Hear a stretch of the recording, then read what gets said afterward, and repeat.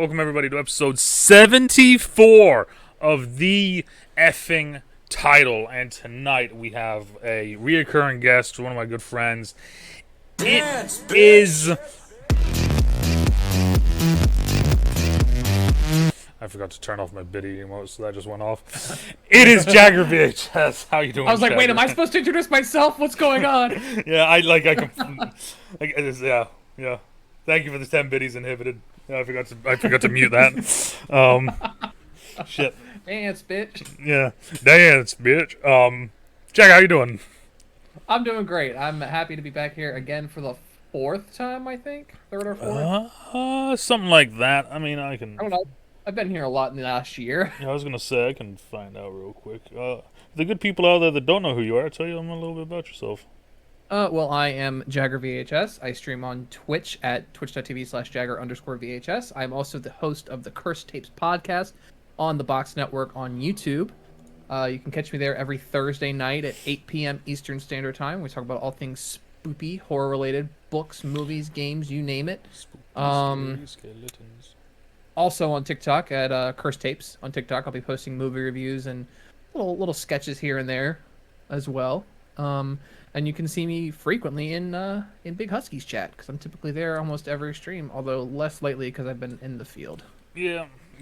We've been missing you. We've been missing you. I've been hoping to get back into my office so I can get back to watching my regular Husky stream every day. Oh, so it's gonna be it's funny because a lot of the clips and everything that I've done recently you'll have never seen before, you know. Yeah. So. Yep. But so all right, so for tonight we got a real simple. We got two topics. That's it. Two. We're gonna be talking about Dead by Daylight, which is one of Jagger's favorite games, and we're gonna be talking about the Bix Network, which of course is the brand new brainchild over there in Jagger, Xander, Coop, and Charles's world. So let's start this off though. Dead by Daylight. Dead by Daylight is one of your favorite games. Yes, I've been playing the game since launch 5 years ago. It's actually kind of a coincidence that you chose this topic because it's the 5-year anniversary of the game. Okay. Is that why we got all that fucking like blood points and everything? Yes. Okay, So they've been celebrating by giving people who haven't even played the game in forever. They're like, "Here, have 500,000 blood points to spend on things." Yeah, I was gonna say. And like 12,000 iridescent shards. It's like, wow. And then when you play the game during the event, you get way more stuff. Like you have the opportunity of getting like 50,000 iridescent shards and almost 1 million blood points through promos and things in the game. Damn. It's kind of huge. God damn. But yeah, they went all out, and they've been trying to go all out because this latest chapter release, the Resident Evil chapter, was supposed to be one of their biggest releases because now they have the two big horror game franchises under their belt. They have Pyramid Head from Silent Hill, and now they have Nemesis from Resident Evil in their game. So they're really trying to solidify themselves as the Hall of Fame of horror by having a bunch of the classic movie slashers as well as the game slashers. So they've solidified themselves for sure this year by adding Resident Evil in with Silent Hill. Okay. I was gonna say because I know that when Nemesis came out, you were excited about that. I was. The keyword is past tense. I was very excited when they announced that it was going to be Nemesis because Resident Evil 3 is probably one of the best original games, and by original I mean like the first three, anything that encompasses the big first three of that series. Because like Resident Evil 1, your main villain was the dogs in the mansion, and then you eventually fight the tyrant. Resident Evil 2, you get like a hybrid advanced version of the same tyrant, only he stalks you for most of the game. And then Resident Evil 3, you finally got Nemesis, which is like the perfected version of the tyrant, but he's more sentient, has his own thought process and things like that. And then from there, the game kind of just veers off and does its own thing, eventually circling back to remaking the games. And now we have a remake of Resident Evil 3 with Nemesis, and he's a lot more terrifying, a lot more formidable. And now they've put him in Dead by Daylight, and it was supposed to be a really, really good thing, except they biffed the launch of the chapter. They tried to do this huge thing where they were like, okay, we're going to give you a new killer, 2 new survivors, and a brand new map. Wow, So they're like, here, you get that's a lot. Jill. You get Jill Valentine, the fan favorite, the fan female favorite. Leon Kennedy, Okay. the rookie heartthrob. Nemesis, which is the big villain. And then you were supposed to have Raccoon City Police Department, which was the map. Yeah. But what they ended up doing, instead of taking like a section of the police department and making it the map, they took the whole map from Resident Evil 2 and plopped it in Dead by Daylight and was like, here. Oh. It's the largest map in the game, and it was so big that nobody could win. Huh. You either got lost somewhere trying to find generators, killers couldn't get hooks because there were so many walls and things you had to go through. Oh shit. I was It gonna just say, like, wasn't fun. I was gonna say, I can only imagine that, like, at some point, killers just said "fuck it" and just started camping hooks. At that point, like, Yeah, get one did. person, kill them, get them on the hook, and then it's like, well, you know, fuck it, we're here now. You know, you ain't moving. Well, even then, it was more so a matter of, okay, I've killed somebody, I put them on the hook. Now it's the survivor's job, find their way to that hook somehow. True. So, like, if you're downstairs in the morgue and Nemesis hooks them upstairs in the captain's office, how do you get from the morgue to the captain's office? Who the hell knows? Unless you've memorized the map from Resident Evil 2, you have no way. You have no way of knowing. Most people aren't going to know that you have to go up the south stairwell and past the weapons locker and into the rookie's office to get to the captain's room. Mm-hmm. Most people won't know that was unless gonna they say, really played a lot of Resident Evil 2. Yeah, that's fucking crazy. I mean, it's wild that they literally just went up. Oh, here you go. Yeah, and that was the problem. Like, It's imagine if Silent Hill did that. Oh, well, here you go. Yeah, here's the town. Here's Silent Hill, the town. Good luck. We're not going to downsize it or anything. It's going to be as big as the actual map in the game. Like, oh, come on. And it would have been a great idea if they had, like, upped the scales. Like, okay, this map is huge, but all of the stuff spawns on the outskirts. Mm-hmm. So you really have to, like, think. Because they did that for the Silent Hill map, which was Midwich Elementary School, which they took one location from Silent Hill, the biggest location in Silent Hill, which is, well, the second biggest, because the cathedral is the biggest. And they downscaled it a little bit, made it a loop, and made it so that all the gens and lockers and stuff spawn around the outside ring, but you can go into the middle of the courtyard, and there's like one hook, one generator in there sometimes. So most everything is played on the outskirts of the map, with the middle connecting all the different sectors. Okay. So that was good map design, but they ended up having to pull Raccoon City Police Department from the game. Jesus. And it hasn't been added back in almost 2 months later.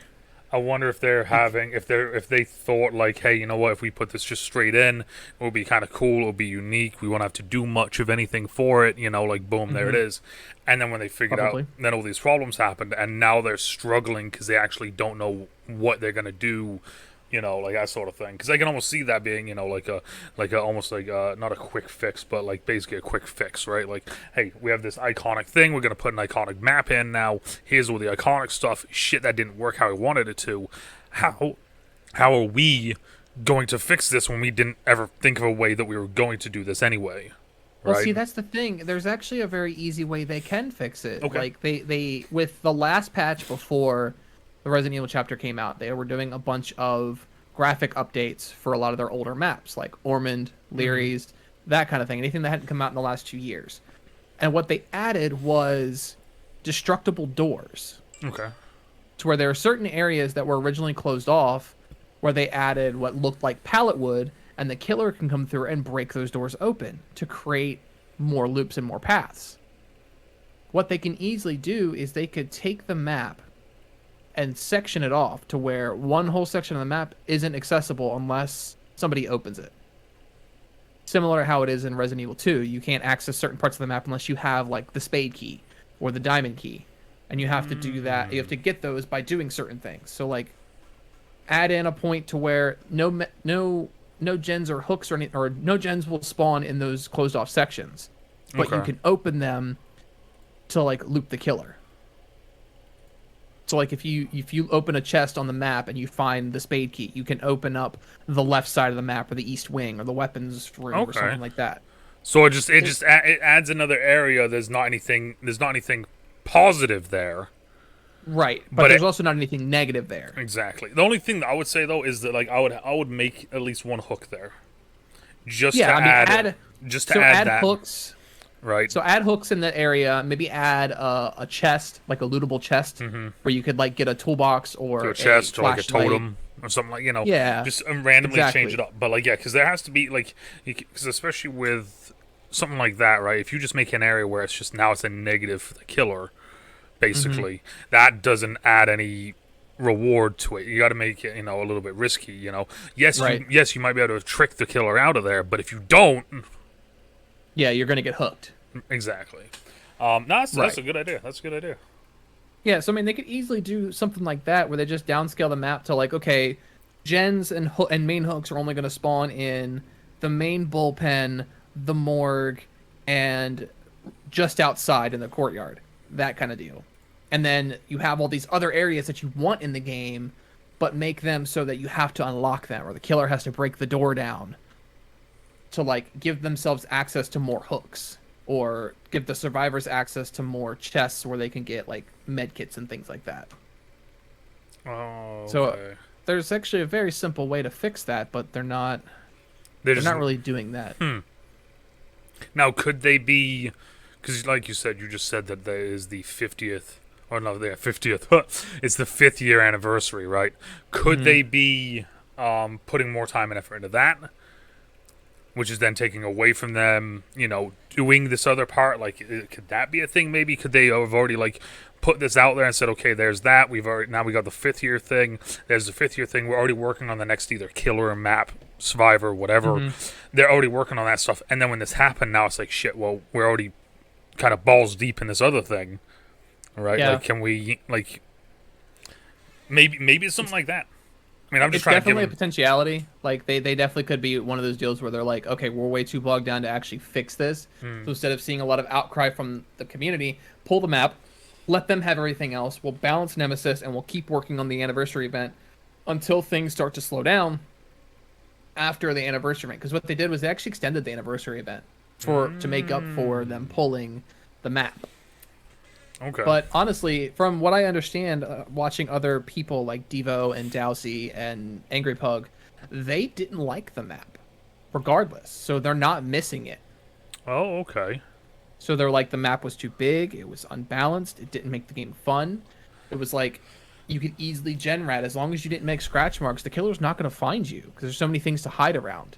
And that's everyone's complaint with big maps like Hawkins and Leary's Memorial.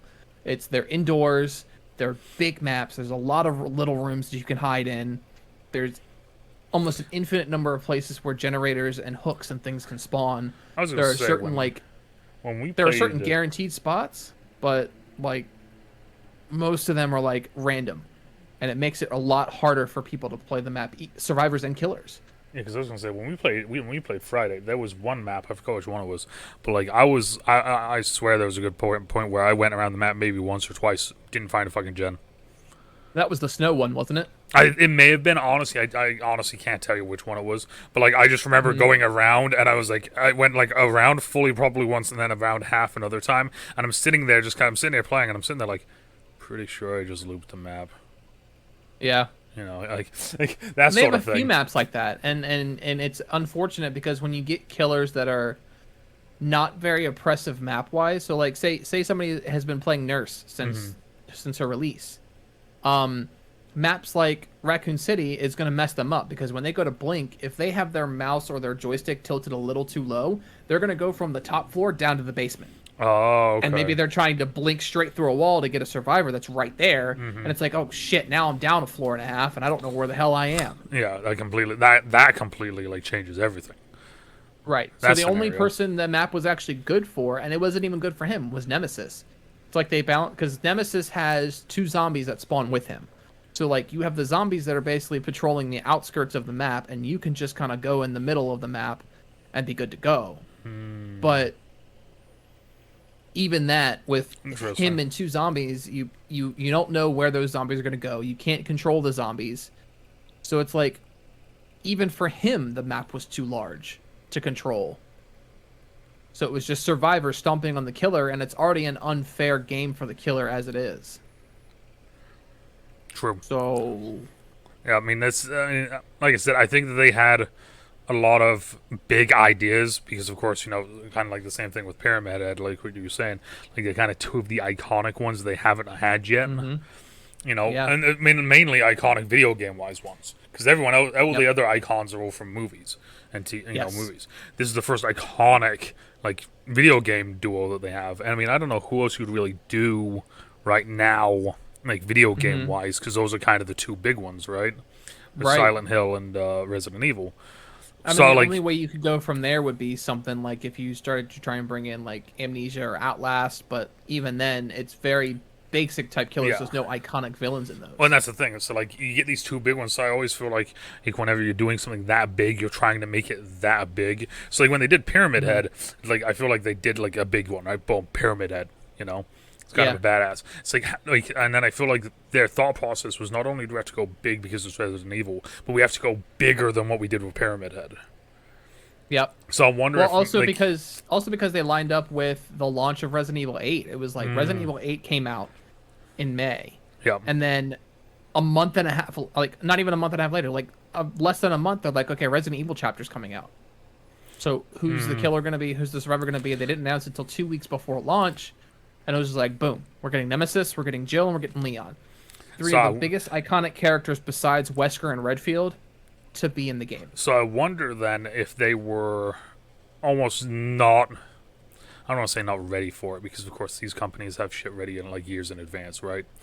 Like I wonder if their mindset wasn't on Resident Evil Nemesis. I wonder if their mindset was on like a brand new character, kind of like the Deathbringer.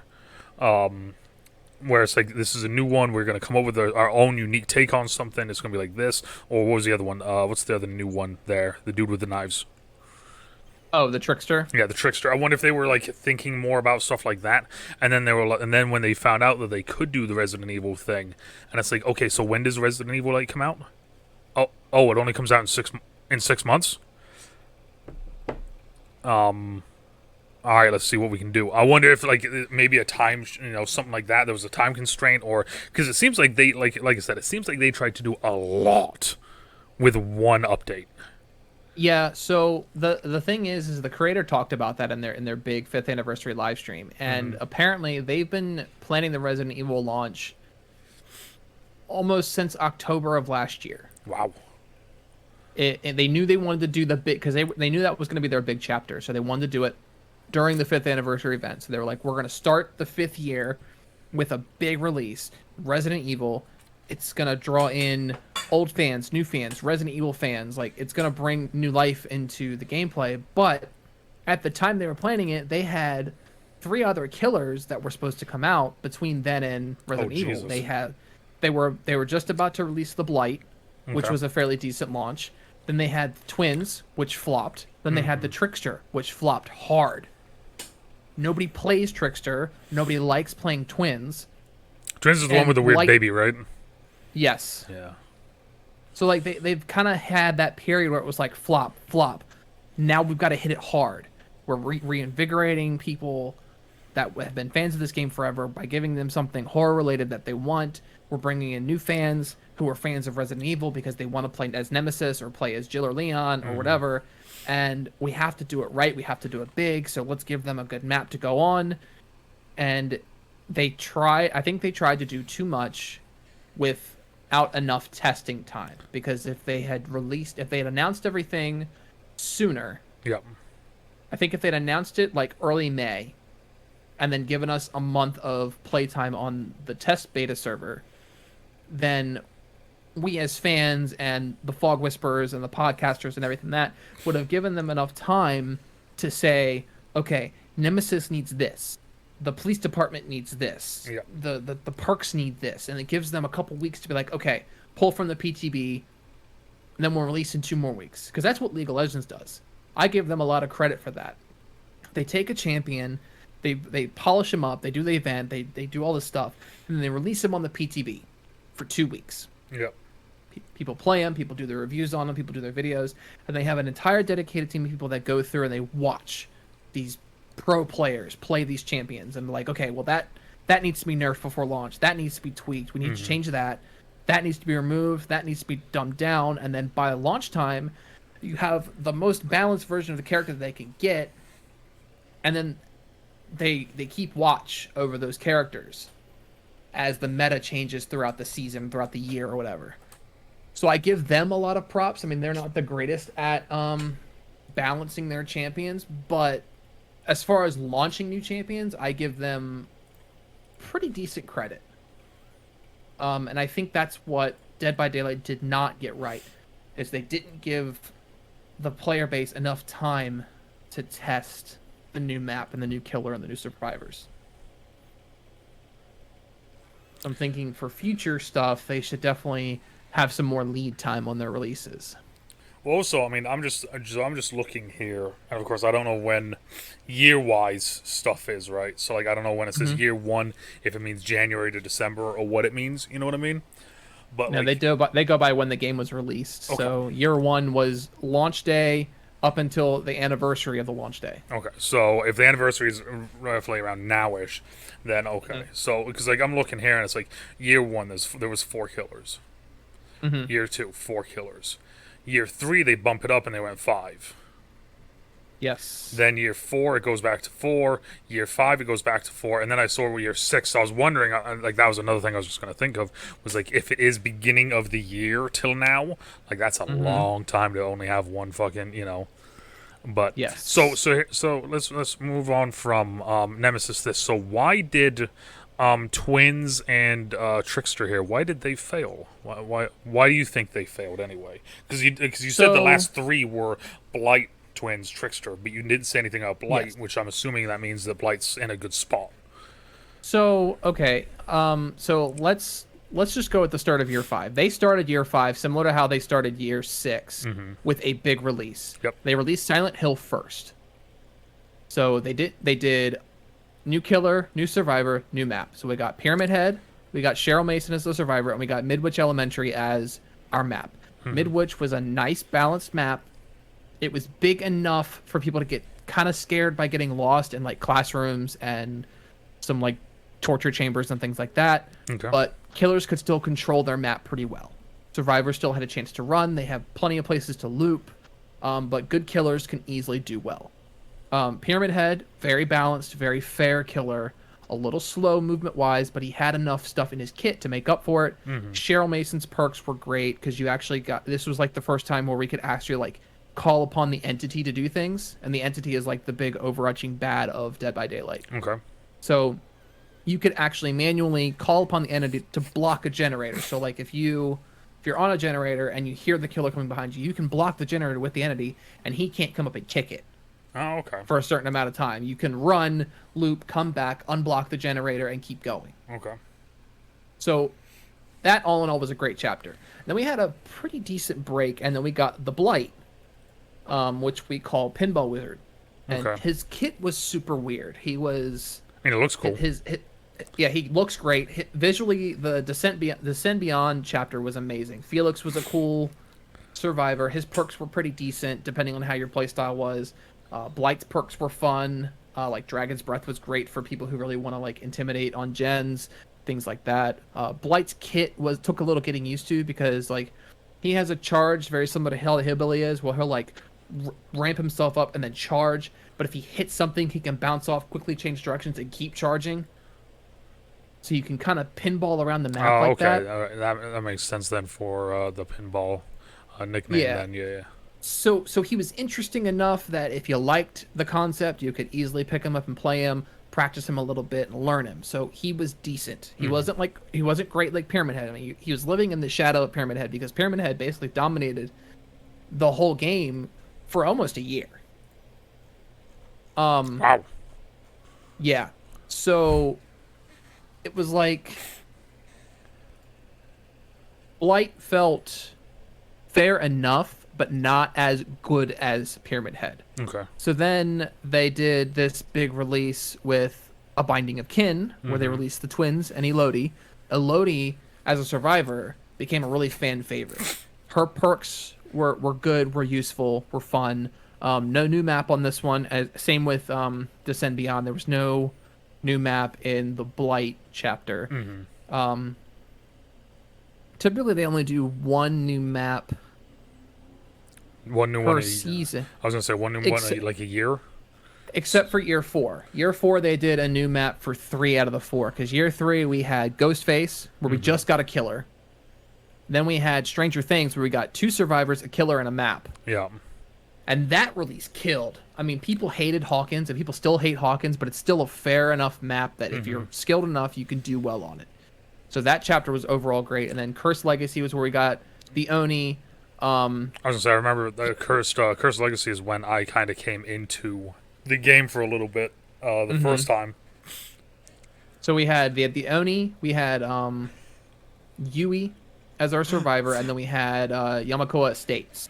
And then Chains of Hate, we had a killer and a map, where we had the Dead Dog Saloon and we had the Death Slinger. So year 4 was kind of a big year for content. Hold on a sec. Thank you, Escabubu, for the 100 bits. Just wanted to come in and say, Alligator Loki. That is all Funko Pop will be mine. Thank you for the 100 biddies, Escabubu.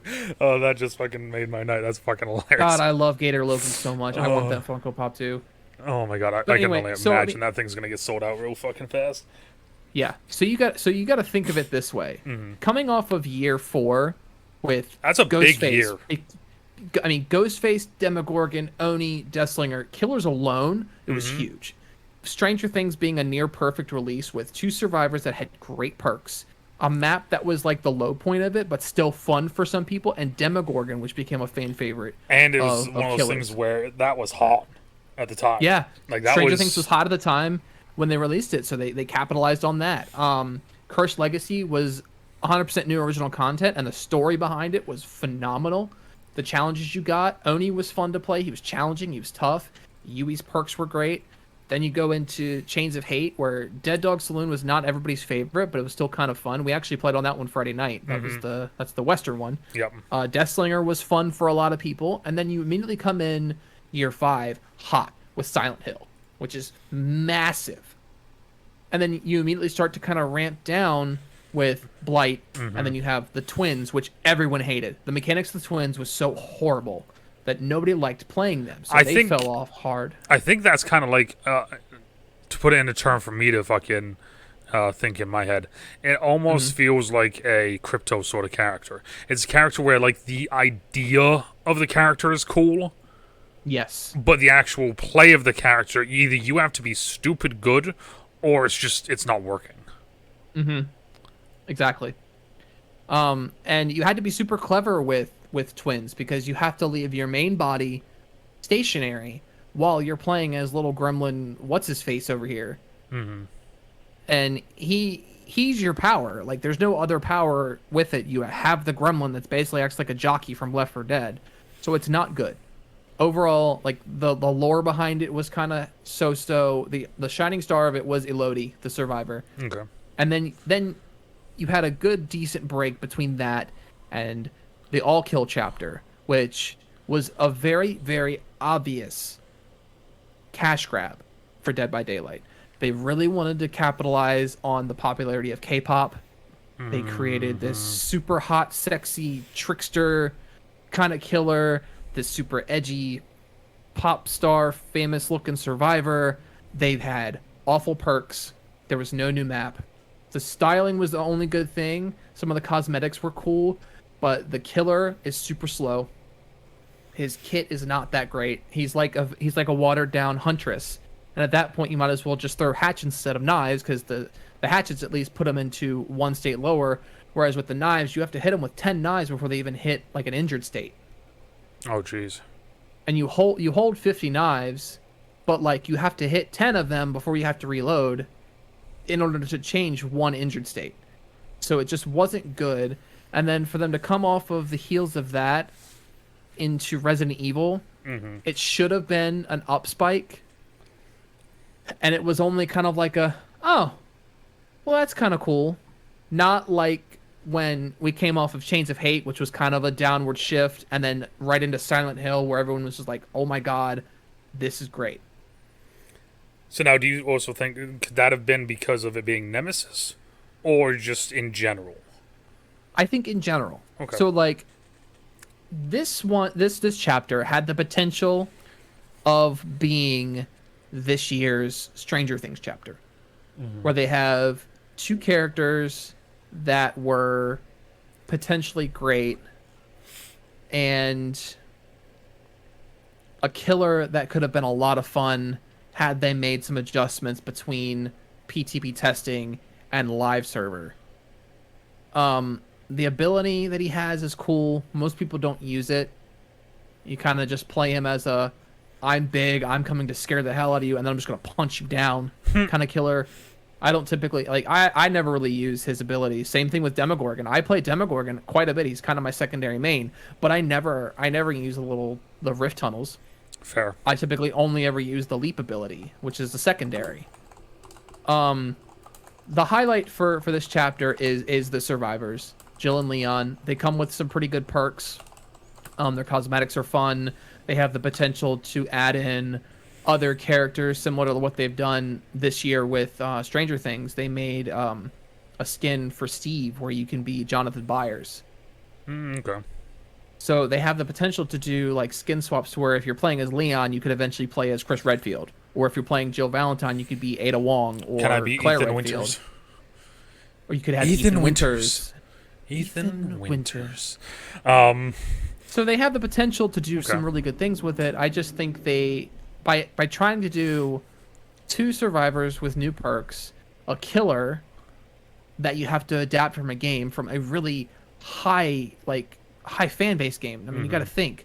When they announced Resident Evil Village, everyone went back through, me included, and played all the remake games, like Resident Evil 2, Resident Evil 3, Resident Evil 7. Like, we replayed all those games. So all that stuff was fresh with us. So it's like, we're very critical of how these characters are going to play, and they did the survivors right. They did the map horribly, and they did the killer so-so. Yeah. So I wouldn't say the release was a flop. I just think they failed the fan base to a point where they may have lost a few players, and the Resident Evil fans that came in wanting to play this didn't get hooked like they wanted. Okay. So that's kind of why I say it was a failure. Not like an utter failure like when they did All Kill or Binding of Kin, but still not up to snuff when they did the Stranger Things. Yeah, it's not where it for the like kind of the fans, for the characters, for the legacy that it has. It didn't get what it would have supposedly should have gone. And honestly, what their problem is they're trying to recapture their magic that they had from year 2. Year 2 was arguably their best year. They started out the year with Huntress, on an original character, just a new map. I just scrolled down to it, and Jesus fuck, and no new survivor. So it was just killer map. Same thing with Leatherface. It was just a killer. Then we got Freddy Krueger with the Nightmare on Elm Street chapter. We got killer map and a survivor. Same thing with the Saw chapter. They finished the year strong. We got killer, map, survivor. We got the pig. We got the game, which was the big meat packing plant. We got Detective Tap. I mean, just kind of looking at this, right? Like, you look at this like year 1, 3 brand new original fucking killers, and then Michael Myers. Then you go having Michael Myers in the game was huge. Yeah. I mean, then you go year 2 with a brand new original character, which I've seen nothing but love for Huntress. Everybody loves Huntress. And then you have 3, I'm going to say iconic, but kind of 3 big name horror movies right there. Boom. That's year 2. Yep. That's fucking impressive to do. But then you go, like, after that, it's okay. So it's 1, 2, 3, 4 brand new original characters, and then just Ash.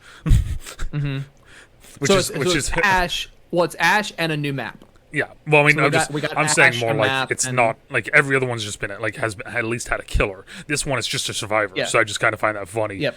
And they were trying to change the brand. They were like, well, is Ash Williams enough to bring more fans in?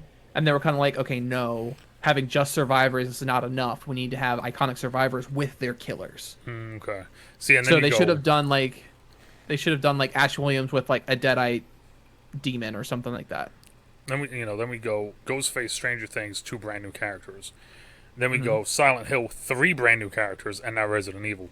So I mean, like year 2, they kind of popped their load a little early. It feels like. I think so, but I also don't think they anticipated the game to go on this long. This was still around the time. If you think 5 years ago, this was around the time where it's like games lasted 2 to 3 years, and then the sequels went into development. This was one of those games where I don't think they anticipated that they were going to keep updating the game for inevitably for the future. Like, just keep adding more things, sort of like Apex and Fortnite and them have been doing. They've been just adding more stuff to have a giant catalog of stuff for one game. I don't think they anticipated that being a thing. And year 1 and 2 is where they captured the majority of their really loyal fan base. I mean, when their first killer they announced was the nurse, which on launch she was a lot of fun. She was a nice breath of fresh air. And then immediately after she was launched, they announced that the Halloween chapter was coming. We were getting Michael Myers as a killer, we got Laurie Strode as a survivor, and we got Haddonfield Street as a bat, which is and huge. That massive. Absolutely massive. They never knew, like, when the game launched, they never announced that they were going to be bringing in franchise killers for this. And then they announced the rest of the chapters where they did A Flesh and Mud with the Hag. They gave us the Swamp Map and a new survivor with her. Same thing with Spark of Madness, where we got the Doctor, Leary's Memorial Hospital, and a new survivor. And that kind of became their formula, where when they did original characters, they would get their own map and their own survivor. Some franchise killers would come with a map and a survivor, some wouldn't. Like Leatherface came by himself, but he was a big release on his own.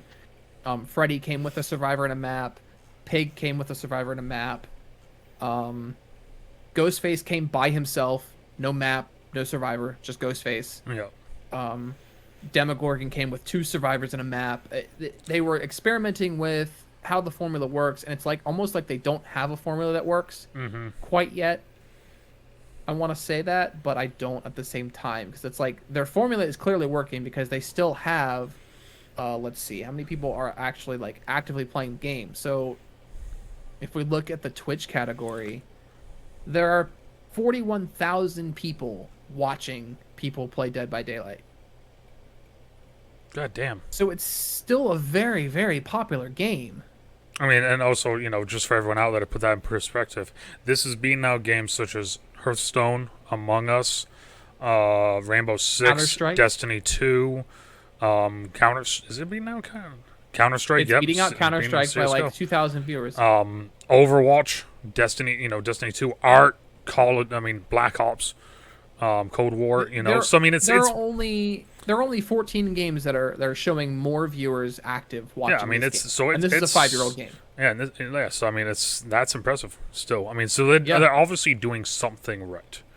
Right. To be able to keep people playing for this long, and to still care and give a damn about the game and what they're doing, to the point where people are like still like the Into the Fog podcast is still like a big thing.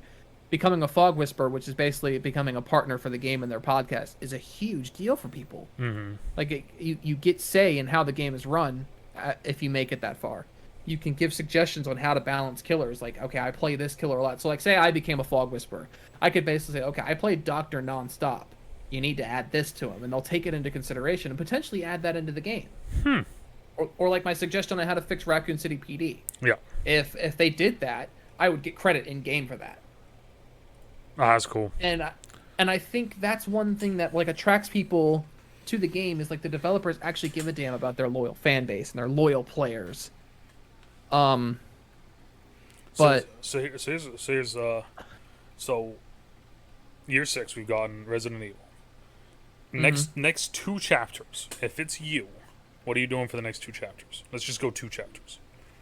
2 chapters. Okay. I would follow up with an original killer with their survivor almost immediately. Try to follow the same pattern as they did in year 2, but reverse it. So like we started out with an iconic chapter. Give us an original character. I would do. I don't know how they would balance it. It'd be a little hard to do. I've always wanted to see them do a mimic type killer, but I have a specific thing that I would want with that. So like I want to see a God, is hard.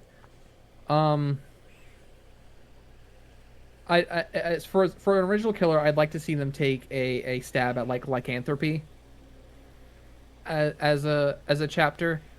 So like call the chapter like Bark at the Moon. Make the killer a homicidal maniac with like an axe or something and have him stalk around the map, and they would have some kind of way to fill up a passive. And when the passive is filled up, he would transform into a giant werewolf. Okay. He'd be faster, he'd have a leap, he'd have claws, and it lasts for a certain amount of time. Like, make it a timed thing, to where when you activate your transformation, you become a lycanthrope, you can hunt down survivors, and you have extra perks from that. That would be a cool original idea. And then immediately after that, go franchise with something big, unknown. Either one of two directions. Stick with classic horror and do Candyman. Ooh. Okay. Have your hook as your main attack, and have your special ability be mirrors. Similar to how Freddy can teleport from gen to gen if he marks them with blood, have the mirrors appear on different like walls near them, or you can like tap into mirrors to where you can go into the mirror and appear out of another one. Or do a passive ability with bees, to where like you have hives of bees that are around the map that if a survivor goes through and disturbs them, it alerts you to where they are. That kind of deal. Okay. Or instead of sticking with classic slasher, start veering into new territory and go a little bit more sci-fi horror and do a xenomorph from Aliens. Okay. So give me an alien that can stalk, kind of play off of the Demogorgon vibe, where instead of creating like portals to another realm, it's like air vents. Give me the Nostromo, like a sector of the Nostromo as a map, and then give me Ridley as my survivor. That would be a huge. The only thing I could see with that might be an issue is because of course, in my just me thinking about it, right? If you do that, I want Predator as well then. Exactly. So that's what I'm saying. But the problem is though, new avenues. But the problem is though with the Predator one is this Predator hunting grounds, or a Predator, or whatever the fuck that game's called. This is the exact same thing as Dead by Daylight. It's just specifically in the Predator universe. Right, but I mean they also have other games that are like this. They have one, or they had a Saw game where it was pretty much the same deal. It just wasn't asymmetrical. You were just playing as Jigsaw or as a survivor. And there were other games that the same company made that had these same characters that they've kind of just taken in. And I feel like Predator would be easier to get than, like, say, Jason Voorhees, because Jason Voorhees is tied up in this huge litigation thing. All they'd have to do is purchase the rights for Predator, possibly bring in the developers who made Predator Hunting Grounds and make it a joint effort. Okay. So I got two. Mm-hmm. Okay. So one is a brand new original concept. The other one is actual, like, iconic one. Chucky. Mm-hmm. So, okay. The developers have outright said they'll never do Chucky. Interesting. Did they say why? Because of the hitbox problem. Oh, okay. With Chucky being so small, it would make it incredibly unfair for survivors, especially on maps like Yamamoka Estates where there's corn stalks. I'm trying to think if, like, could there be a way that you do it, but you make him... I'm trying to think of a way that you could do that. The only way I can think about doing it would be... Like, almost as if, like, so if I'm playing as Chucky, I'm playing, like, I'm small, but to the survivors, I'm not, almost. You could do that, or it could be... I think an interesting way to do it would be play off of the Cult of Chucky movie, where you have someone who is a Chucky fanatic, call him the cultist, or like the doll maker or something like that. And you can place Chucky somewhere, sort of like how the twins operate, where you can like become the little gremlin thing, but you can become Chucky. Okay. But if a survivor finds you and disrupts you, you break your connection with Chucky, kind of deal. Okay, that works.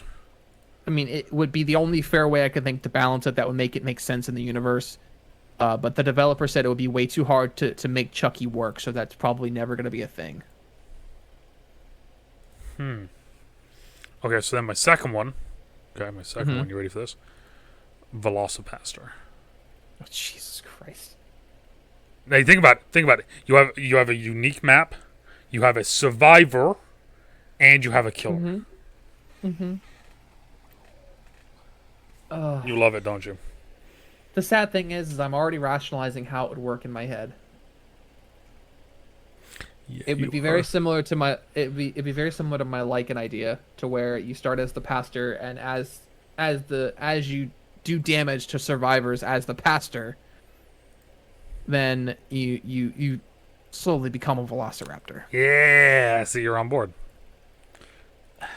Okay. I'm not condoning it, but I'm saying it could work. Okay, so the final topic that I was going to bring up with this is esports. Mm-hmm. It's not in esports, is it? No, it rightfully can't be in esports. Okay, I would like to. Okay, so how? I'm intrigued here. So, because I've thought about this before on and off in the past. So the way, because it's asymmetrical, it makes it so that you almost can't. You can't really judge how good someone is at the game, because there are so many other factors that contribute to the way the game is played. Okay. So you'd have to almost make it so that there are set killers that only always play killer. So like killer mains could be in an elite tier all their own. So like if you were to try and organize it like an esports tournament. So like say you get an invite and it says Big 75 Husky 75. Assemble your team. You're invited to the Spring Split Dead by Daylight tournament. Yep. You assemble your team of 4 people. So say it's you, Sis, Valkyrie, and let's say Charles. Okay. It's your survivor team of 4. Yep. You get to the tournament. There are a bunch of other teams of 4 survivors. You then walk up to the stage and you see who your killers are that you'll have to face in this tournament. You see Dowsey, Devo, Angry Pug, and myself. If all we've ever done is sit there and play killer, and we have every eventuality to always 4K, the tournament immediately goes to the killers. So you can't do anything where it's like killers versus survivors. You'd have to do individual brackets, or take the fact that killer mains are essentially out of the tournament, because you almost immediately win if you know how to be a good killer. So this was my thought process, right? So it's 5-man teams. Okay. So let's just say it's the 5 that we had this past weekend, or this past Friday, right? Okay. So we're playing up against fucking, some other team, some random fucking team, right? Okay, so first round, it is the 4 of us playing as survivors, like me, you, Xander, and Valkyrie, right? We're all playing survivors. Sis is playing killer. So Sis is the killer and going up against the other team. Meanwhile, we're the survivors going up against the killer of the other team. Okay? Once that round ends, now we switch. Sis comes onto the bench of the survivors. You go up onto the killers. They the same thing on the other team. They switch. And it's just a simple full rotation. So every person will play survivor 4 times and killer once. That way then you're kind of keeping it even, with that no killer main can just kill off and do everything. But if the killer that you have is better at killer than survivor, well, now they have to do better once they're the killer. Because if they struggle while they're a survivor, it's like, it's the negative part of it, right? So it kind of almost makes the flex full all around thing come into it. But then also limit stuff. So it's like, okay, first round. Like how many? There's 1, 2, 3, 4, 5, 6, 7, 8, 9, 10, 11, 12, 13, 14, 15, 16, 17, 18, 19, 20. So there's been 20 killers released, right? Plus the 4 that were in base game. Okay, so there's 20. I may have counted Ash as a killer. So 23, 24, right? So at that point now, you can basically say, okay, each round, if you use this killer, you can't use it for the rest of the tournament. or for the rest of the that matchup against the opponent, right? So if we use Nemesis first round, they can't pick Nemesis for the entire round either. But then if they pick Ghostface, okay, now we can't pick Ghostface for the rest of for as well, because then it adds in the element of kind of strategy with that. Do you pick your main first, or do you save it for later? Exactly. Do you try and how do you set your lineup? Do we have okay, well we know you're one of the best players in the world at playing Trapper, right? So we want you to go first. We want you to play Trapper immediately. Right? We want to get that four kill immediate. Boom, set us up above everyone else, right? Like that. Now the rest of it I don't really know. I feel like you'd kind of have to do the same thing with the items. There'd be, limits on them. Same thing with kind of, how do you score it? But, okay, so if we're going that route, you'd almost have to make it to where there are no offerings. So, you can't do, you can't increase your luck, or you can't make the survivors start together, or things like that. You can't bring a Mori to where you can kill all the survivors, because that just makes it unfair. Because if that's the case and it's competitive, every single killer is going to take an Ebony Mori, hook everyone once, immediately kill them. Yeah. Boom. Round goes to the killer. Easy.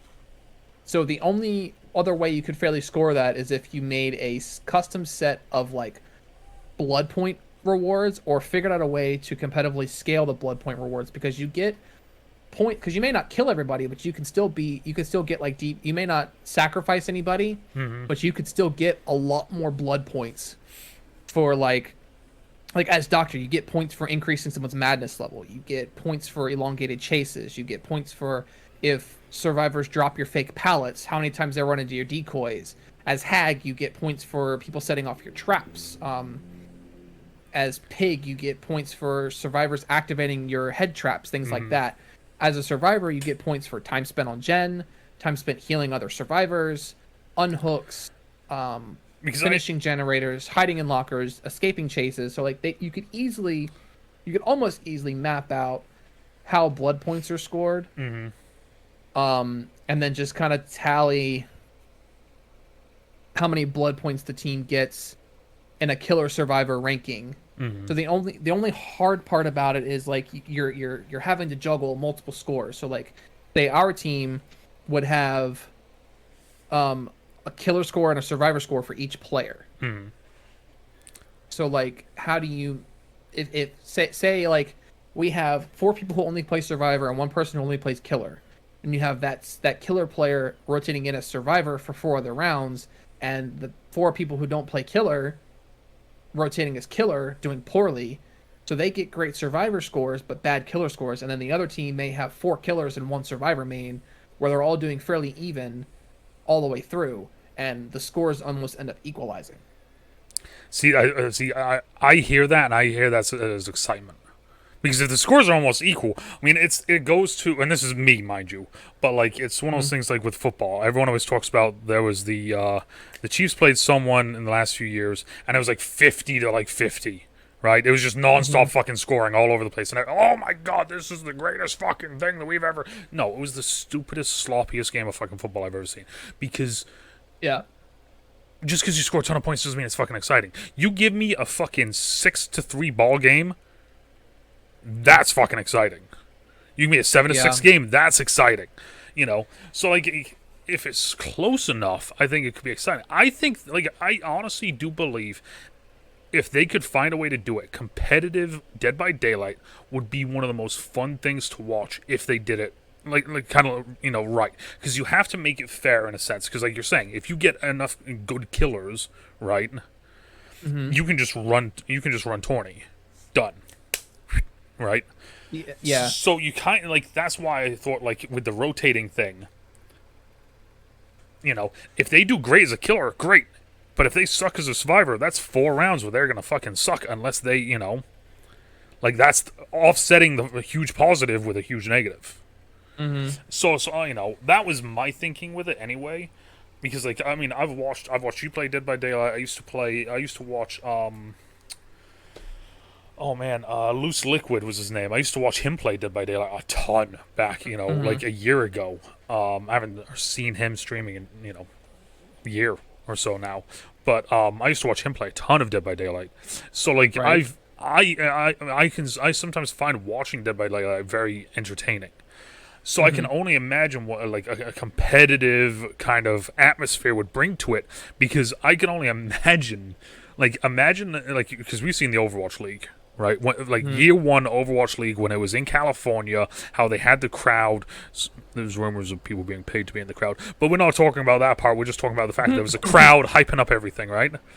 Imagine you get that shit, but now you get it so there's the 4 people, and then you have like the killer table like separate and like higher up than everyone else. So it's kind of like, like special, because of course being the killer is kind of special, right? There's only one of them versus 4 survivors.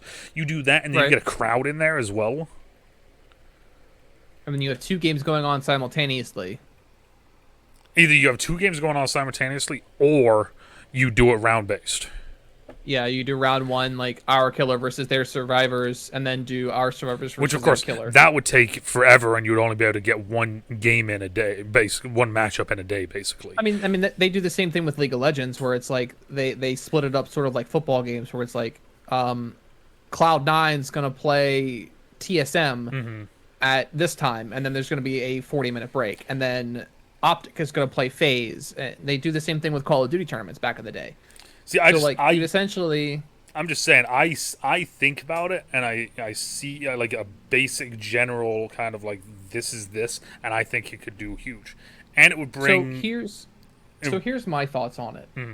While we're on this venue, I think it's entirely possible. A lot of people who play the game a lot say that no, you can't make Dead by Daylight competitive, and I think they're saying it because they don't want it to be competitive. The game itself is already naturally competitive because as you progress through the game, your rank gets higher, and they've made it to where you have to grind the game. Like if you want to keep your rank and you want to stay at a high rank, like I'm a red rank, I'm rank 1 through 4, as a killer or as a survivor, you have to play every month in order to do it because the 13th of every single month your rank resets. They would have to change how the ranking system works. They'd have to make it like a season-long thing, and I think that's the only way they can make it less competitive in a casual sense, but able to make it esports competitive. Because the game already is naturally competitive and naturally toxic. Because playing live games versus playing our custom games that we do, vastly different. Oh yeah, of course, you'll get survivors that'll run perks where this one survivor is not meant to even touch a jet. They're literally meant to find the killer, annoy the hell out of them, distract them, get them to run in front of a locker, and then jump out of it and stun the killer.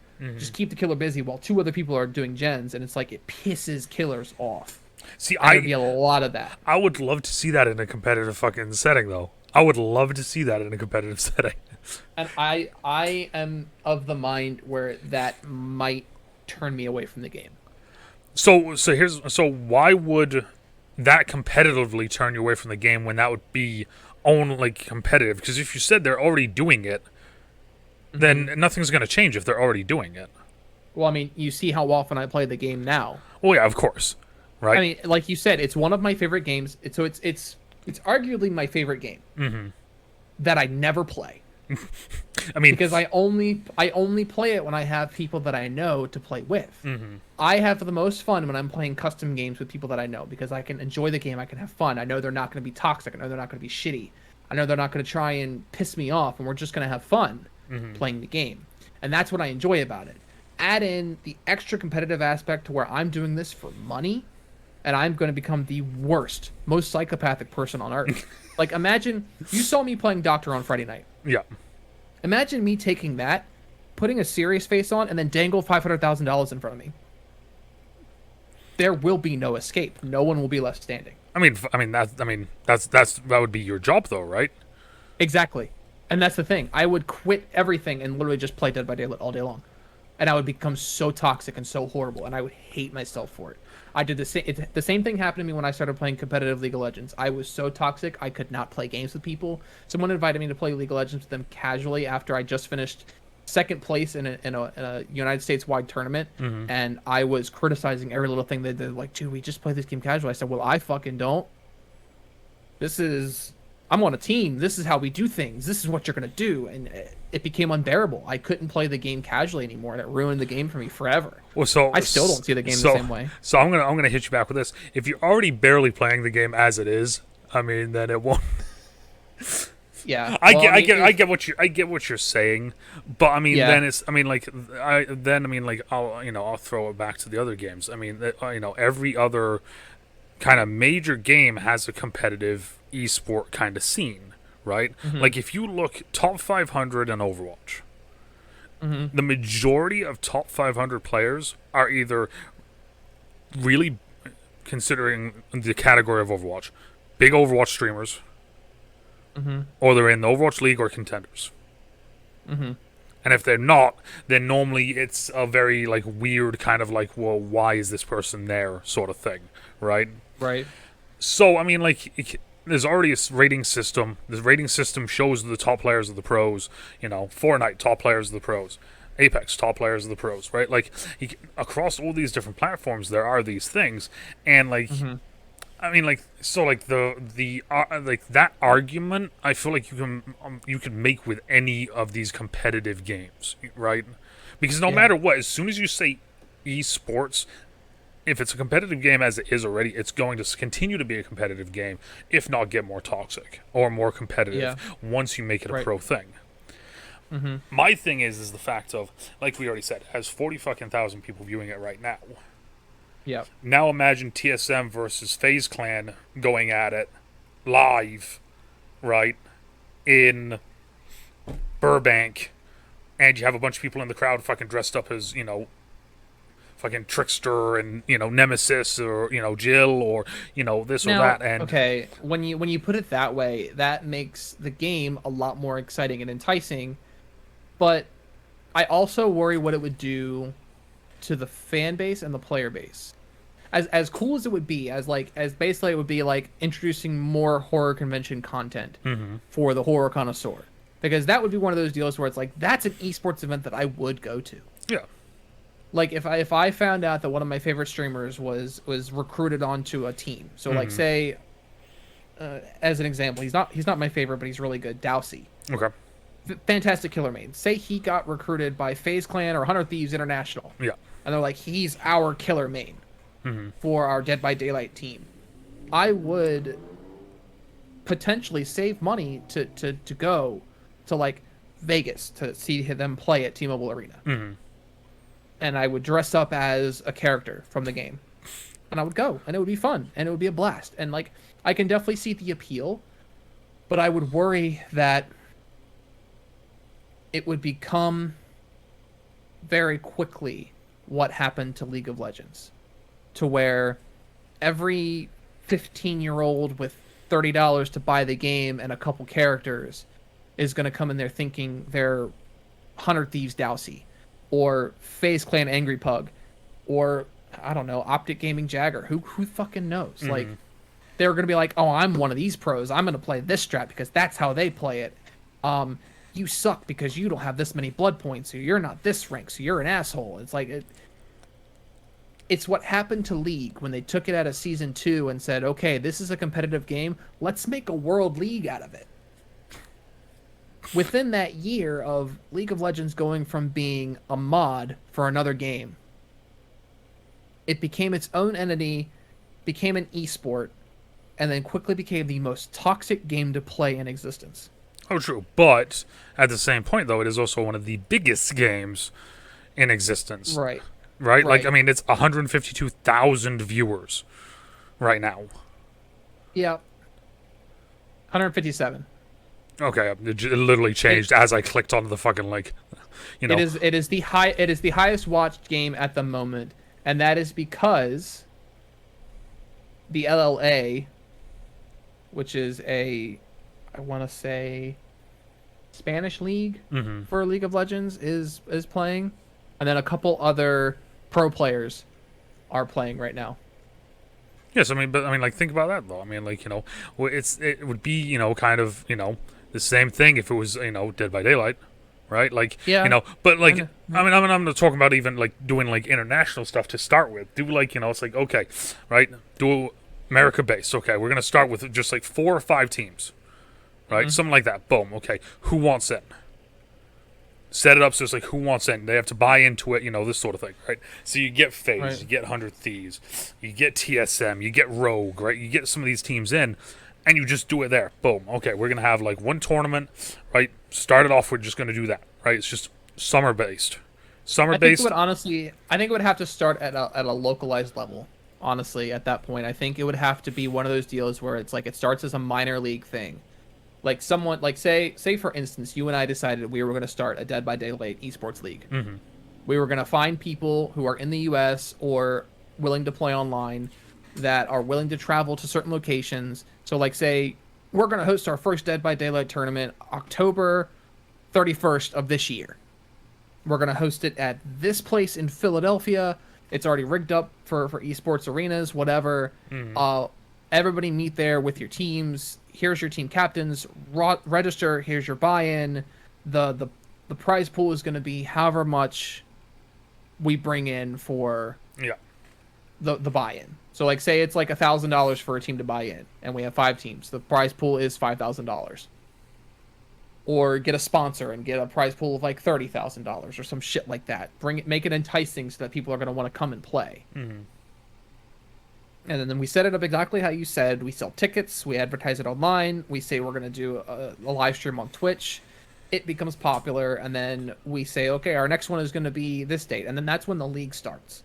Mm-hmm. You start doing it tournament by tournament. And then those tournaments become qualifiers for bigger things. And then say it gets around from there. And then 100 Thieves approaches us and says, hey, we like what you did. We want to buy into your league. And then boom, you and I are members of 100 Thieves running their Dead by Daylight division. Yeah. I think that's how it would have to start. It would have to start smaller. Because You couldn't just jump in and say, okay, we're going to do a United States-wide DBD league. Yeah. Like, it would be way too big, way too fast, and it would be no way to handle it unless you had, like, really big sponsors. Like, you'd have to get sponsored by Behavior, and they say, okay, we'll throw $100,000 your way to host a tournament. Mm. And I think they're iffy on it, because I think they've been broached about it before, about would you make this a competitive game, like an esports competitive game, and they said they don't know. Like I said, I think it would be an interesting venue setup, watching thing. I think it would be cool in all that aspects. And like one of the things I was just thinking of was when you were saying like like you could have like a team that's just fucking really good at killers, right? Mm-hmm. Like that's great, but like let's say pick number 3 on their team, right? They want to play. They're the best pig player in the world. Mm-hmm. But our team has the number 3 pig player, and they're picking number 2. Mm-hmm. Well, we're going to have them pick pig, because then number 3 on their team can't pick pig, even though he's the best in the world. So now he's fucked because now he can't play his character. Yeah. So it adds such a unique strategy to it, where, like, you can be the best killer in the world. Cool, you're the best. But are you the best with 3? Maybe even 4? Right? Like, because if these guys get picked before you, but also it becomes like a strategy thing. It's like, do you want to be the team that took down the number 1 doctor in the world, or do you want to be the team that tried to and failed? I mean, my thing is did we win? Fuck, did I beat the best player in the world? I mean, like, it's not like, if someone beats the Chiefs or the Buccaneers, they're not like, oh, I just beat one of the best quarterbacks in the world. No, they just got to win. That's all that fucking matters, right? Same thing with this. I don't give a fuck if you're the number 1, pig, nemesis, trickster, and twins. I don't give a fuck if you're all that and we beat you. The only thing that matters to me is the fact that we have a 1 next to the 0 in the win column. Boom. Yeah, I mean, that's a fair point. Right? Like, because, like, you can say you're the best. You can be the best. But if you lose, not really the best. Right? Yeah. Like, I mean, here's another example. Think of Overwatch. This player is the best Reinhardt player in the world. But the rest of his team sucks. Yep. Don't matter if you're the best at that point, does it? Yeah, it's true. So, I mean that's the thing. It's such a hard thing to think about because it's labeled as an asymmetric game. Mm-hmm. It's hard to almost score it. Like I think the idea you have as far as like splitting it up, like you have your killer versus their survivor. I think because that's always been the biggest thing with me for this, is that it's the scoring aspect of it is going to be the biggest problem, because I think, yeah. like I said, I think doing up an arena, getting the people there, turning it into almost a mini convention, you know, the way the setup is of rotating roster, all of that is, no, to me, perfect. The problem now becomes the in-game aspect of it. The how do you do offerings? How do you do perks? How do you do this? How do you do that? How do you score it? That's where kind of the the people who are the hot, the better players, or the higher ups, or the people that would see this idea and run with it. That's where they would have to come in, because honestly, I have no fucking clue. So I think your idea of having to have your team consist of 5 people, 4 survivors and a killer. I don't think they would end up doing a rotation thing where everybody who's on the survivor team has to play killer at one point. I think in order to streamline the process, they would do. I mean, you could do 3, best of 3 rounds, basically at that point. I'm thinking, yeah. So I'm thinking it would be like, if we were to form a team, we would form a team of 4 dedicated survivor mains, 1 dedicated killer player. That's your team. So like, when you register, we register, say, you, Charles, Valkyrie, and Xander as our survivors. And then register either me or Sis as killers, or you can register 2 players as killers to have alternates. So register me and Sis as killers. And you have a team of 6 people to make it even. And then we're going up against another team that has 4 survivors, 2 killers. The killers rotate out. And you do the same kind of idea like you had, where it's like our team of 4 survivors is going against one of their killers. That's game 1. And then game 2, their survivors versus our killer. And then tally up the scores. The survivor score versus the killer score, etc. How many people died? Who got out? How'd they get out? What actions did they do during the game? And that's all calculated in game via blood points. So it's like you get points for being altruistic and helping your team. You get points for fixing generators. You get points for evading the killer. You get points for everything. So it's like it becomes more about how you play the game, not how fast did I get all 5 gens done and escape. Did I survive? Did I find the hatch and get out? That kind of deal. So I think that would be the best way to do it and keep it streamlined, because I think trying to do a rotation where it's each player on the team has to play both roles at least once would take way too long. Because you got to think, that's 5 games per team. That's 10 games. Well, so, because this is my thing, because the very first thing you said is that you couldn't really do it with dedicated killers, because that would, you could just get killers or just 4K everyone. So my thing is that, okay, so immediately there are no designated anyone. Because if you designate, like, a certain, like, boom, if you get the best,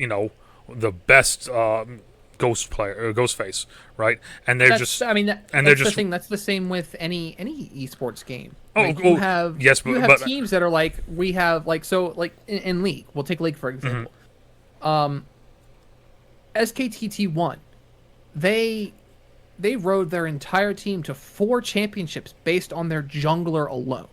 He was the number 1 jungler in the world, and they kept him for 4 consecutive seasons. He led them to 4 world championships. The rest of the team was so-so. Like, they were good. Like, they were pro players, of course. But, I mean, they were not as good as him. His rotation on the map and his ability to gank lanes and push lanes and get objectives and things like that, that pushed them to a whole new level.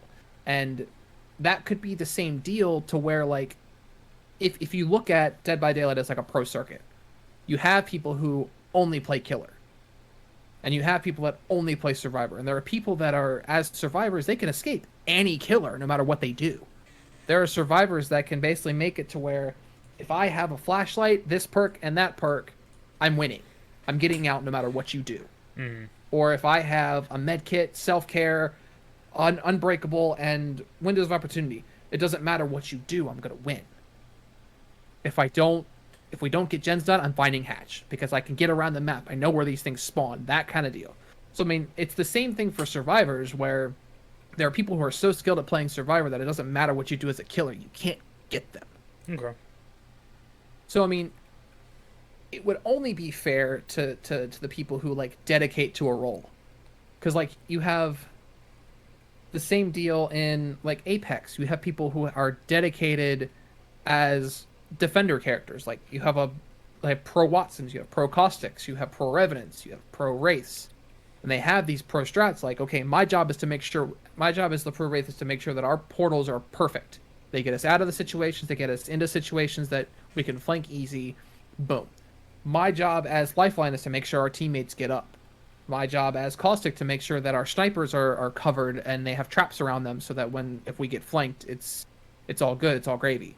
That kind of deal. Same thing in like Fortnite. You have dedicated snipers, you have dedicated pushers, you have dedicated builders. Like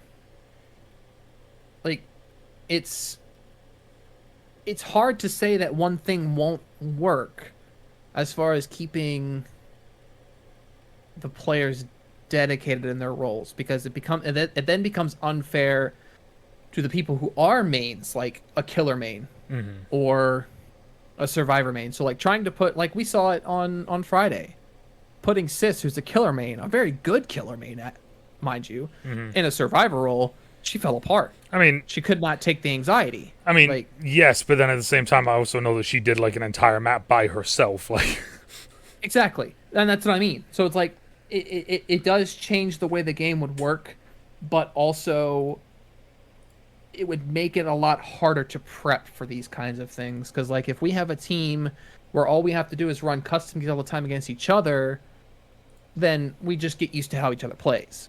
Whereas you take your killer and say, okay, you're going to go on live servers and play killer games all day long. You're going to play every killer 3 times to practice, because in the eventuality that your killer gets picked before you can play it, you need to be able to have a backup and a backup to that backup. Because I like the idea of you saying if a killer gets picked, you can't pick it the rest of the tournament. So like if I go in as a Doctor main and their team picks first and they pick Doctor first, I can't play Doctor. Yeah. I have to go to my backup. My backup would be Demogorgon. But then let's say, for instance, so like our team picks second, but I'm also secondary. Sis is first. So like she goes in, she picks Hag. Cool. But like first team goes in, picks Doctor. She picks Hag. Their secondary killer goes in, picks Demogorgon. Well, who do I play after that? Because like those are my top 2 killers right there. Now I have to default to, do I play Ghostface? Do I play Pyramid Head? Do I play Twins? Do I bust out Trickster? Like, what do I do? So I think the idea in my head makes it more of a rounded kind of like there is no one person has an advantage almost sort of thing, and also adds another layer of strategy and to it.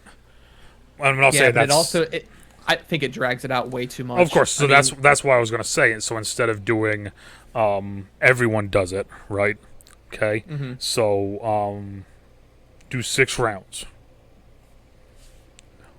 So it's so no matter what, and your team of 6, right? Boom, you have a team of 5. No matter what, in your team of 5, 3 of them are going to be playing killer.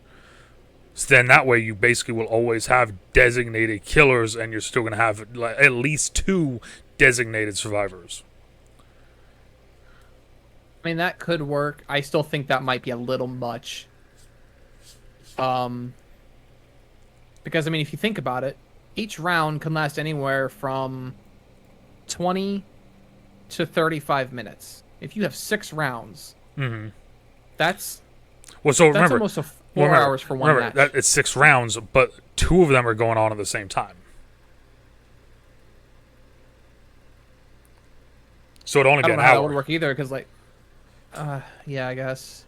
Right, because you would have 4 survivors playing against their killer, and their 4 survivors playing against our killer. I don't think you could do it at the same time, though. That's the thing. Why? You'd have to think of it like a spectacle kind of deal. Like, if you're at an esports arena and you're there supporting, let's say, 100 Thieves, and your favorite 100 Thieves survivor is playing at the same time as your favorite 100 Thieves killer, like, what screen do you watch? You have to pick. You have to bounce back and forth, and it would be frustrating for viewers at that point. Like True, they're but not I going to mean, want to sit through that. true, but at the same time, like I don't think that people are gonna be that brokenhearted about it and be like, oh, you know what, I'm not gonna watch. Like they still watch. They're just gonna It's I mean this is I mean and to put it in another way, when a Fortnite tournament's going on, do you watch Tim or do you watch Courage? Yeah, that's a fair point. Right.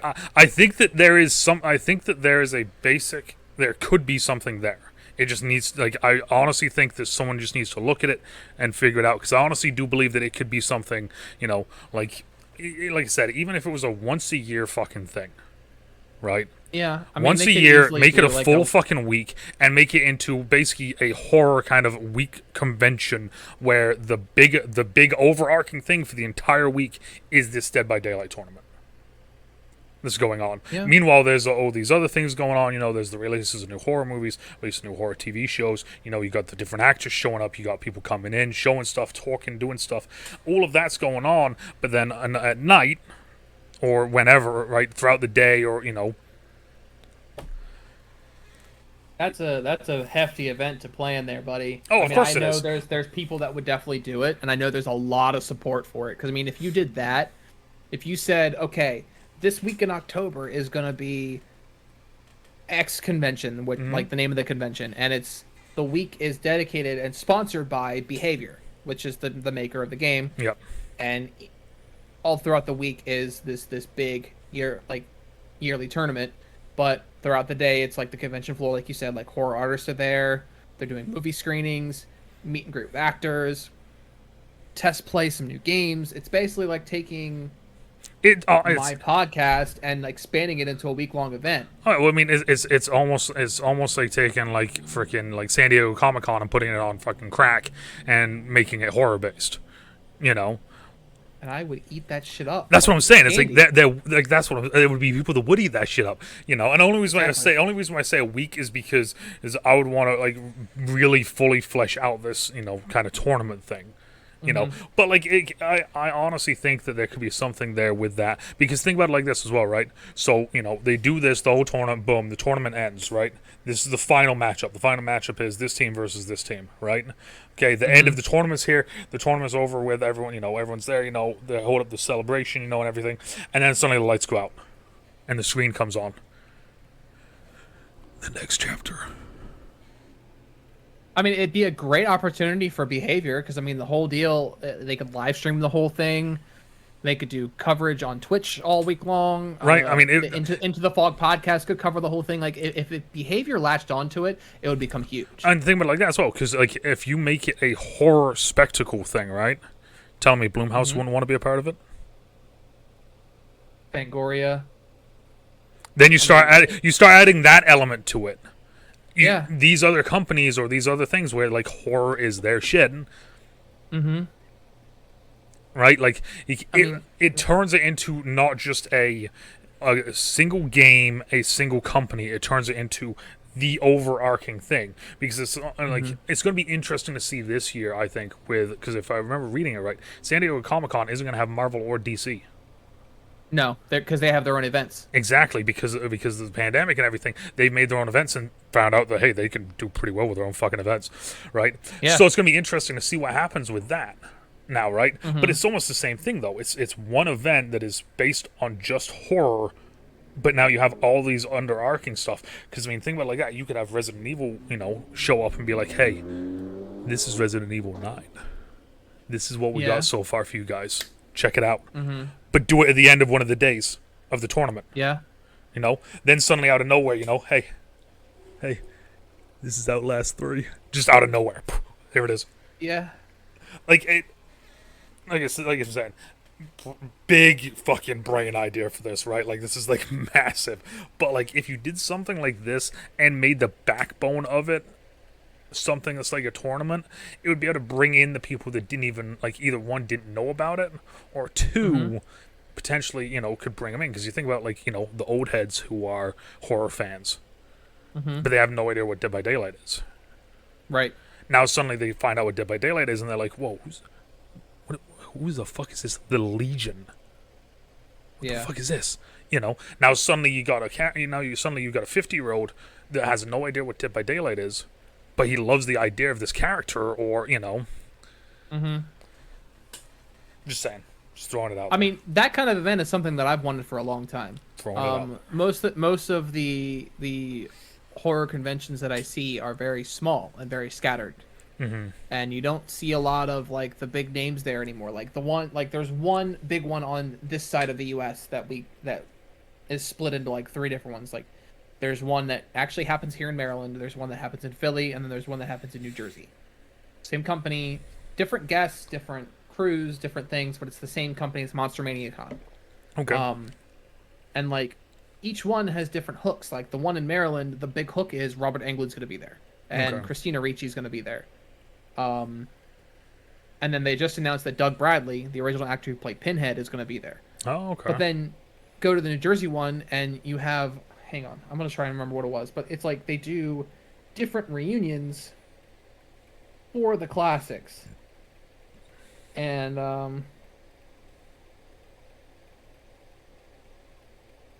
sorry, I'm looking up the actual guests for the New Jersey one, because... it's huge. It's massive. Like they're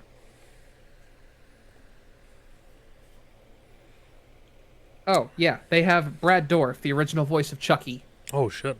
As their big guest. Danny Trejo is going to be there. Martin Kove from Cobra Kai, William Zabka from Cobra Kai. Oh, it's the Scream reunion. That's what it is. Matthew Lillard and Skeet Ulrich, the original Billy and Stu, are going to be at there. They're doing an entire Child's Play reunion. Brad Dourif, Alex Vincent, Chris Sarandon, Christine Ellis, and Fiona Dourif. Like the entire original cast from the original 3 Child's Play movies are going to be there. Danielle Harris from Halloween. Ken Page, the voice of Oogie Boogie, is going to be there. It's a massive event. They're doing a Friday the 13th Part 2 reunion with Amy Steele, the original Final Girl. See, now, like, this is my thing, right? So, like, I take all this that you're saying and make it a fucking week-long thing. I would love it. I would absolutely love it, because I've always wanted to do a big con like that, but they never have anything like that around the area or really anywhere. Like, I don't know. It's kind of crazy to think about that kind of thing could be a reality. And I wish it were a reality. You just have to have the right company sign on. You'd essentially have to find a venue that would want to host that kind of insanity for a week. Yeah. You'd have to get Behavior involved, because they would have to be the main sponsor for the whole thing, because your whole hook is this Dead by Daylight tournament. Yeah. Then you'd have to contact whatever teams are going to play in this tournament. Those are going to be hooks. Well, so this is the other thing, right? So for the first year, right, make it very simple, just kind of like what you said, right? Make it kind of local, but instead of local, make it online based. So basically hype this shit for a full year. Make it be the top 50 teams, top 100 teams, whatever, right? Hey, this is this. We have these designated servers. If you want to be a part of this, it's this much fucking money. We need to know all of your teams. At least one person needs to be streaming from both Survivor and the Killer side. You set this all up like that, and you go, okay, there. And you do that in a year in advance, so you have basically a full year to fully get the contestants down to like the top 100 or whatever. Because then at that point now as well, now you can tout it as this is the top 100, not Dead by Daylight, but like this is top 100 players of Dead by Daylight. And or like teams, that sort of thing. So you get that set up, and then you do it throughout the week, because then you get, okay, so now you have all these teams. So let's say like 1,000 teams pitch in, with like fucking $100 each person, or each team $100, each team $200, whatever the fucking, now you have that for the year. Plus, at that point during this year, you're setting up all these different things for all these different companies and everything. I don't know. Like I said, this is a big brain thing that I know nothing fucking about, but yeah, you'd have to get, like I said, you'd have to get the right companies involved. Like I said, first step would be to get Behavior on board. If they agreed to like sponsor, they'd have to sanction the tournament 100%. Like they'd have to be behind it. They'd have to be the ones that says, okay, we'll do this tournament. We'll promote it through our channels. We'll talk about it on the Into the Fog podcast and their show. We'll do an announcement event about it, and then we'll just start from there. And then behavior, like if I approach behavior with this idea and they said, okay, you head it up. Here's $500,000. Secure us a venue for a week and start booking guests. Then it comes down to, okay, what other companies do we want to buy into this? What vendors do we want to have? Like, we would talk to, like, Sideshow Collectibles. Would we get Tom Savini to come in and sell masks? Do we get prop companies to come in and sell authentics? We get, like, an auction company to come in and do their thing. Artists can buy booths to sell their horror art.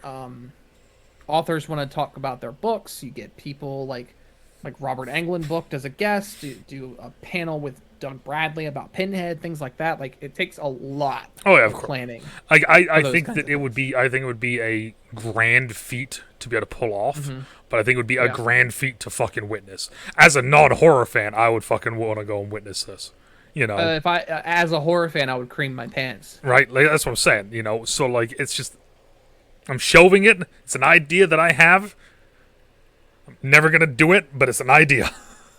If I ever come into $1 million, I'll do it. I mean, and like the HorrorCon Dead by Daylight tournament. This is HorrorCon. The main thing is HorrorCon, but the main backbone of it is the HorrorCon Dead by Daylight tournament. Yeah, I mean, and that would become the horror event of the year. Something everyone would look forward to. I mean, eventually it would start by streaming online, and then eventually it become like a televised thing. I mean, and that's the thing, right? Is like, because then at that point, then if you can make it big the first year, right? Say you don't get a whole lot of the big companies in the first year, but it still pops, right? Now you get these companies that are making horror movies, wanting to be a part of it, so they can release their trailer or their news during your event. Yeah. And then that becomes like the central event where, like, okay, we do this at the end of summer, and now we have all this stuff that's going to come out this year. Here's the start of horror season. Exactly. It kicks off with HorrorCon and you can immediately put it like this. It's like, okay, look, let's say we're doing the full week, right? Let's say we're doing Monday straight through to Sunday. We do the full fucking week, right? You say to the companies, at the very beginning, like, look, there's 6 spots open. At the end of the tournament that day, your trailer can show. Start the betting at $100,000. Right? Well, I mean, you do it, and eventually you're going to get TV shows, video games, movies, right? These companies are going to be like, yeah, bet. Because especially if you make it a annual thing where it's just a repeating thing, and then people will know that, like, hey, look, the tournament's over with, but we got to wait out because, we heard there's a rumor that they're redoing Velocipaster, but with a big-time budget, and they're going to show the trailer here today. Right? Everybody's staying. I've already left. Right, but like, you do that, and then, like I said, the final day is the final day is the day for Dead by Daylight, where, like, it ends and you show the chapter for the next, you show the next big chapter. It would be a huge move for them. Like, if they were ever to start something like that, it would be huge for the game. It would be something that they could easily capitalize on. I think it would be huge for the game, but I also feel like it would almost unite the horror fandom as well. It would. It would bridge the gap between movies, books, TVs, comics, all of that. You're welcome for the $1 million idea behavior. I'll take my check later. Yeah, right. I swear to God, if within the next year we see a Behavior Con coming out, I'm gonna be pissed. I'm fucking suing, and I'm doing this video right here as my evidence. Yes. But we deserve our checks. Exactly. Thank you. So now moving on. Let's move on to the final topic of the night. The Bix Network. The Bix Network. It has been a joy as a guest seeing this grow from the ground up in the shadows.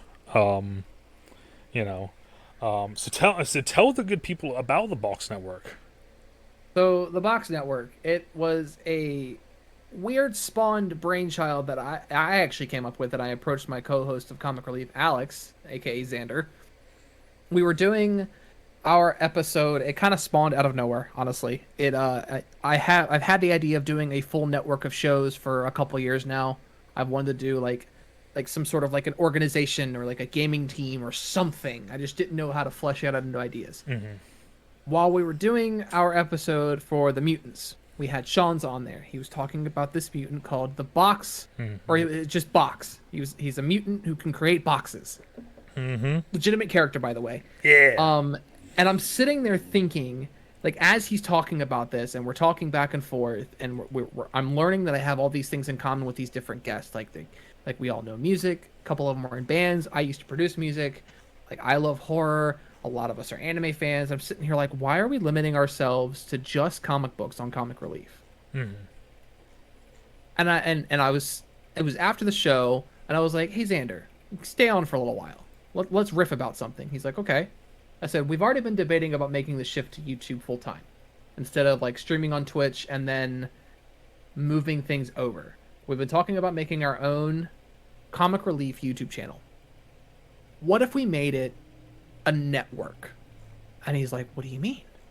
What do you mean a network? I said, well, I have this idea for a couple different shows where we branch out. We have our show together, Comic Relief, and then we each host our own show separate from Comic Relief.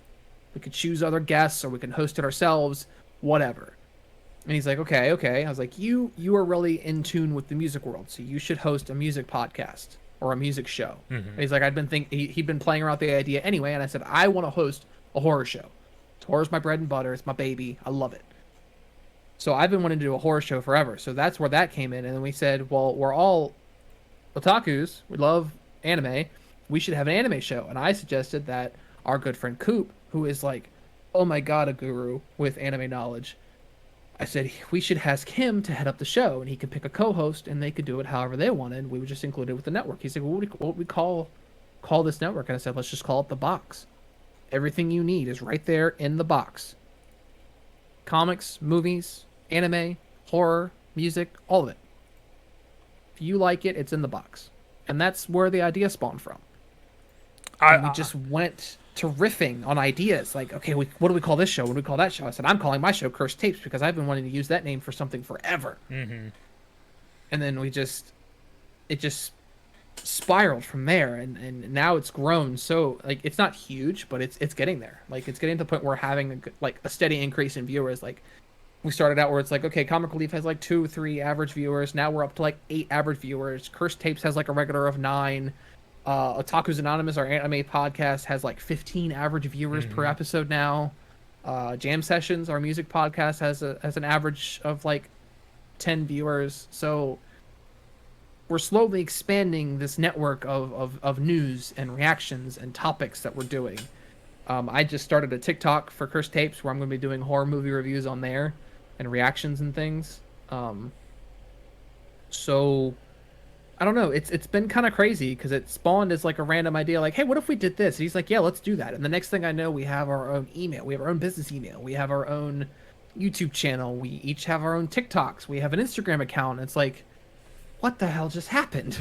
Yeah, it's like I said, it's been fun watching the concept grow, considering, like, you guys were talking about Comic Relief, and I think you guys brought it up to me one day, like, hey, what do you think of, if we did this? And I was like, yeah, fucking do it, like, fucking run with it.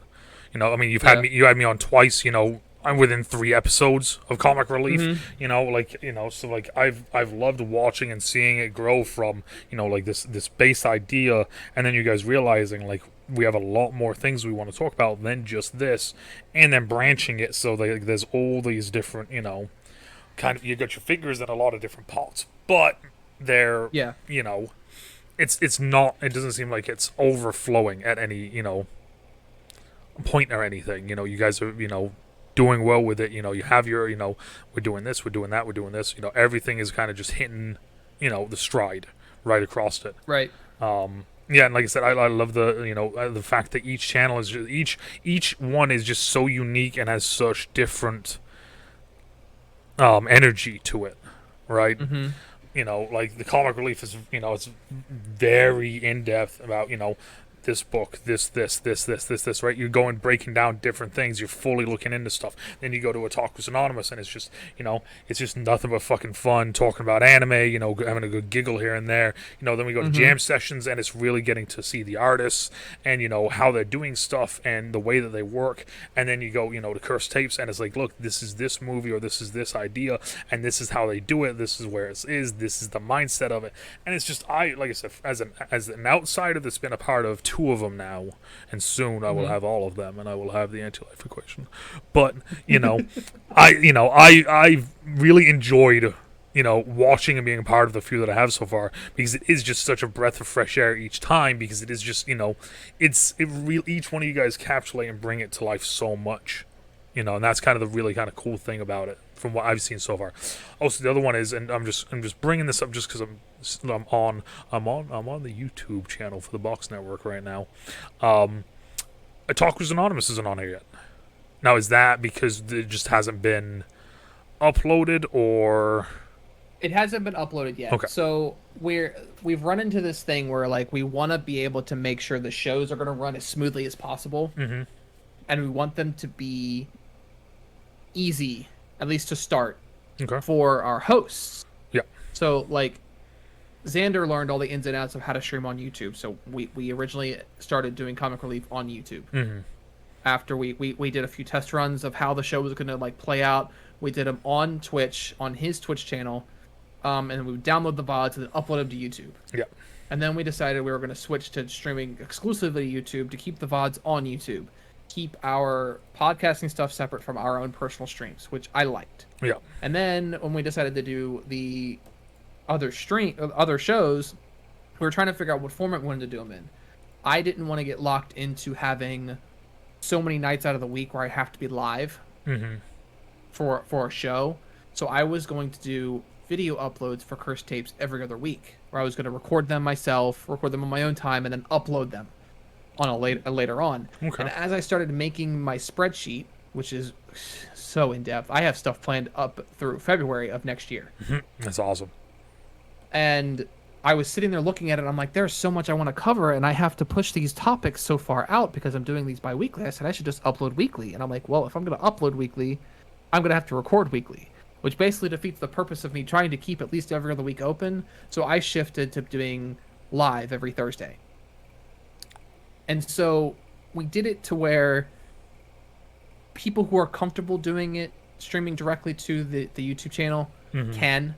So like I have it set up to where my OBS system, I can click a separate profile and it's set up for the YouTube channel.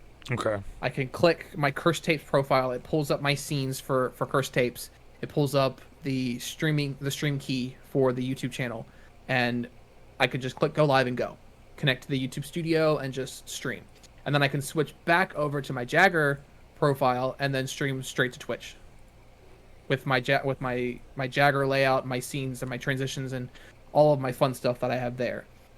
But a couple of other hosts, they also stream on Twitch, but didn't feel comfortable setting up multiple things because they didn't want to mess up their shows. So Xander decided he wanted to host jam sessions on his channel on Twitch. So then we decided that Coop should be allowed to do Otaku's Anonymous on his Twitch channel. And it's actually working out for us fairly well because it's drawing in their own Twitch audiences as well. So now they're seeing their shows on their channel, and it's like, okay, so they're part of this network. Let's go check out their network on YouTube. And now our subscribers are growing because people are coming and checking out the other stuff. So it's diversifying our platform so like we have an audience of people who watch the shows on Twitch. We have an audience of people who watch the shows on YouTube. We now have an audience of people who follow us on Instagram. I'm starting to get a following of people who watch my stuff on TikTok.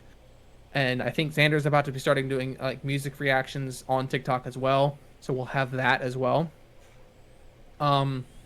He typically handles all of our Instagram interactions. I handle most of our Twitter interactions. We don't have an official Bix Network Twitter, but all of the stuff that we do, I post on my Twitter feed. Yeah. And he does the same thing, and it gets retweeted by so many different people. I mean, I know you retweet all of them. Dana retweets all of them. Charles retweets all of them. Cooper retweets all of them. My wife retweets all of them. But like, it gets out there to a lot of different audiences, and I think diversifying our reach with that is what's helping us grow at the steady rate that we are. Oh, yeah, I mean, you have basically you have four main channels that are reaching out to their own unique communities, and then those communities kind of reaching out too. I mean, Hmm. so like you're casting a wide net every single time. Right. And like I said, it's awesome seeing it. I like I said, I loved. I went into the first Talk Who's Anonymous one, and Coop kills it with the intro, and Yeah. within minutes, I look at the view count, and I was at 15, Yeah. and I was just kind of like, it was like, just a, well, fuck, all right, get it, boys, let's go. And it's beautiful to see. I love it. I love seeing you guys all succeeding and doing really well with this. And I can only wish for the best moving forward. And like I know, because I've had some talks with the other guests about potential ways for me to get onto the different channels. So like I said, I can be the first guest on all of them, because as soon as they announced it, that was my very first thing that I said was I want to That be was the very first comment. very I want to be first the first one. guest to be on all of them. I want to be, yeah, exactly. I want to be the first guest on all of them. And it's slowly coming together. You got what, 2 left? Yep, I got a Talkers Anonymous and Jam Sessions. You Yep. know, so here's a question. Okay, Mm-hmm. while it's live, I'm gonna hit you with this. You can answer it if you want, or you don't have to. Is there any hint, big things coming down the line? Can you give the people at least any little hint, a little morsel, a little tease, a little something? Little tease. Like I said, and this is a if you want scenario. So we do have some pretty big things coming up. I know for myself, my big things are my Let's Talk series that I'm starting up. I'm gonna be taking like the big horror franchises and starting to break them down. I'm starting with the ones that have games and movies. Okay. So like my first one is at the end of July, and it'll be Let's Talk Resident Evil. Oh, okay. So we're gonna be breaking down all of the games. We're gonna be breaking down all the movies. We're gonna be talking about how the game lore translated into movie lore, and how that translated into like the animation world. And then a couple weeks later, I'll be doing the same thing with Silent Hill. Okay.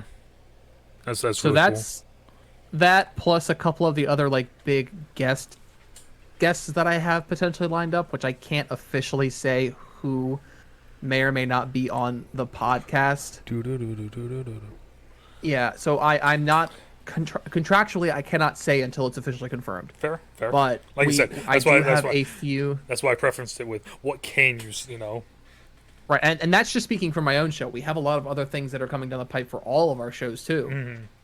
But for my own show, the big guests that I have lined up that I'm super excited for, like I'm probably gonna fangirl a few times if they end up on the show. But they're in the works of being lined up. Otaku's Anonymous will eventually be airing weekly, Ooh, I'm excited. because right now it's bi-weekly. Yep. We have a couple big fan cast episodes coming up, because those are our special episodes where we did the fan cast for Fantastic Four and the Mutants. We're going to be doing ones for each of our different shows. So we have a Star Wars fan cast planned with Oh. Arzier and Ryan Kirby, big Star Wars fans. So Okay. we're going to like plan, like if you were to make your own Star Wars film, what would it be? What would the storyline be? Who would you cast in what roles? Oh. That sort of deal. Okay. We have a crossover event with Comic Relief and Otaku's Anonymous. They're building your own My Hero Academia movie. Awesome. So who would you cast in which roles, and how would you do it? I have a horror fan cast coming up where I'm going to be talking with a couple of people about what it would be like if you were to recast all of the big slashers and do them again Ooh. today. Like a modern day version of them, sort of thing. Yep. Discounting all of the other reboots that have already happened. Like who would you cast in those iconic roles back in the day and now? Kind of, yeah, almost like what a lot of people do these days with like if the DC universe existed in the 80s, who would it be? If Exactly. the Avengers were in the 90s, who would it be? Like that sort of thing. Exactly. Yep. So that's coming down the pipe. We have an episode planned of like if with all of our hosts, like what would it be like if we were in a sitcom.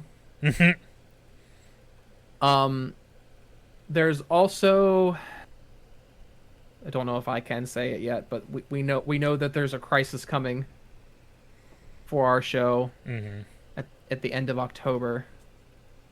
So there's a big event coming with that we'll be teasing more coming up. Details to be announced on Crisis, Exciting. but it's big. Like the ideas we have right now are huge, and it involves a lot of people and a lot of other shows, not just our own. Okay. Other than that, we have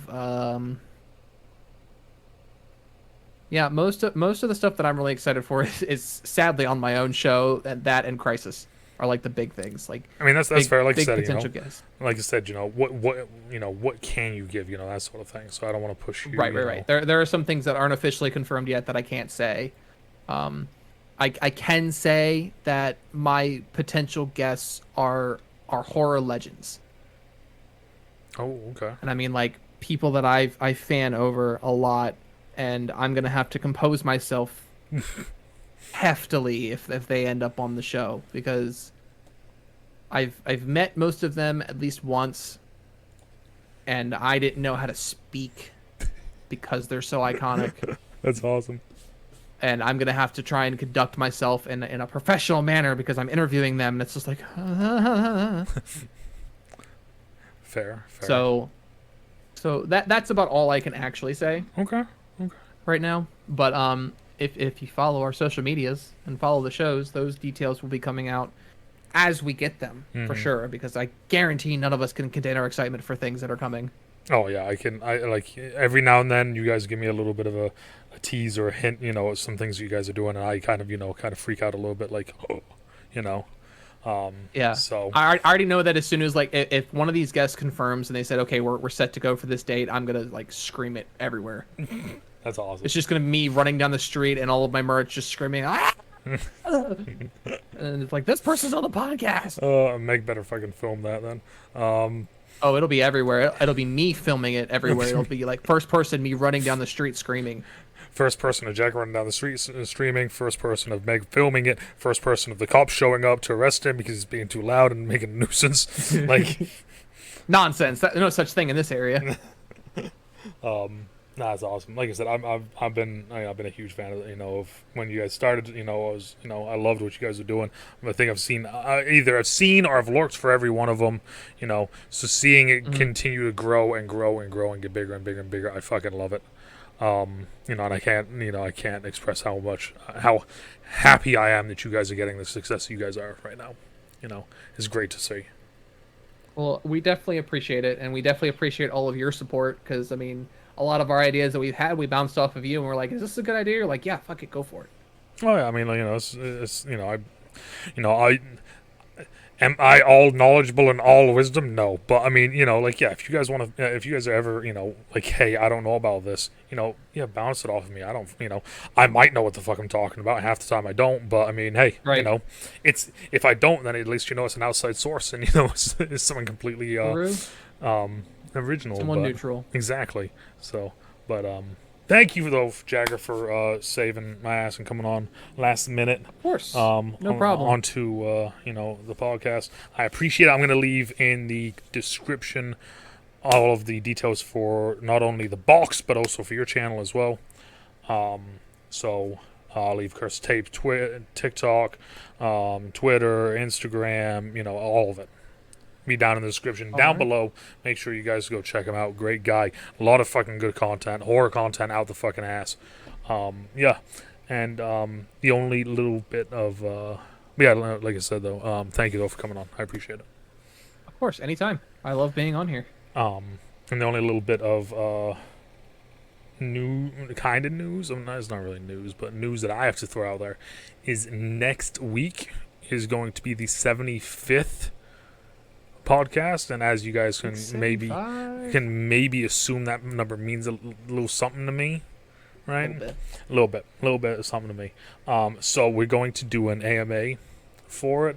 So this entire week I'm going to be posting literally everywhere, just ask your questions, and it can be literally anything. I'm going to be answering them all live on stream. I'll be answering questions live on stream during the podcast, and that's going to be the whole thing. Is just me answering whatever questions you guys have for me. I'm going to answer them as honest as I can, Depending on certain ones, I won't answer, or I'll give a cheekier response than normal. But I've already gotten some saved, written down. But yeah, so if anyone has questions, if you've gotten to this point in the podcast, if you have questions right now, you can leave them down in the comments as well. And that's the only real big thing that I got going on next week is that one. So, yeah. So depending on where you are, good morning, good afternoon, good evening, good night. Stay out of trouble, stay safe, and we'll talk to y'all later. Bye.